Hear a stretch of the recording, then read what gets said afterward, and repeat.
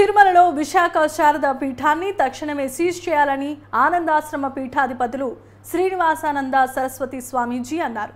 విశాఖ శారదా పీఠం టీడీపీ నియమ నిబంధనలకు పూర్తిగా ఉల్లంఘించారని తెలియజేశారు. శారదా పీఠం భవనానికి వెనుక వైపు వాగును కబ్జా చేసి అక్రమ నిర్మాణం చేపట్టారని ఆరోపించారు. తిరుమలలో 80% ముఠాలుగా ఏర్పడి దోపిడీ చేస్తున్నాయని, విశాఖ శారదా పీఠం కోసం కోట్ల రూపాయల దోపిడీ జరిగిందన్నారు. కొంతమంది ఇంకా గత ప్రభుత్వ అధికారంలో ఉందని భ్రమలో బ్రతుకుతున్నారని, టీటీడీ ఈవోగా ఉన్న ధర్మారెడ్డి అధర్మారెడ్డిగా పాలన చేశారని శ్రీనివాసానంద సరస్వతిని విమర్శించారు. పీఠాల పేరుతో దోపిడీ చేస్తున్న దళారులపై చర్యలు తీసుకోకపోతే దీక్షలు చేసేందుకు వెనుకాడమని హెచ్చరించారు. గుండె చప్పుడుగా భావిస్తాం, కలియుగ వైకుంఠంగా భావిస్తాం. వెంకటేశ్వర సమం స్థానం బ్రహ్మాండే నాస్తి కించన, వెంకటేశ్వర సమోదేవో నా భూతో నా భవిష్యతి.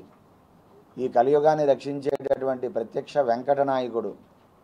అలాంటి వెంకటేశ్వర స్వామికి అపచారం చేస్తూ అత్యంత హేతుకముగా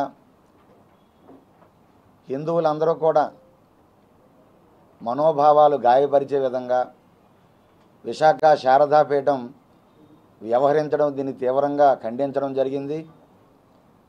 నిన్న మనం ఆ పక్క నుంచి వెళ్తున్నటువంటి వాగుని కూడా సుమారు 80 అడుగులు విస్తీర్ణంలో ఉండేటువంటి వాగుని కప్పేసి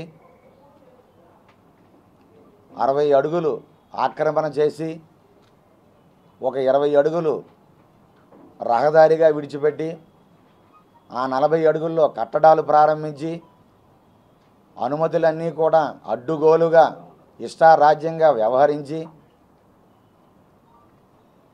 అలాగే ఆ ఏదైతే భవనం ఉన్నదో ఆ కింద భీము కూడా బరువుకి మోయలేక విపరీతమైనటువంటి బరువు తీవ్ర ఆ కట్టడాలు ఎక్కువగా పెంచడం వలన అంతస్తులు భీము కూడా వంగిపోయి పొరపాటున రేపు ఏదైనా వరద వస్తే తుఫాను సమయంలో నీరు ఉధృతంగా ప్రవహించి వరద హిందువుల గుండె చప్పుడుగా భావిస్తాం.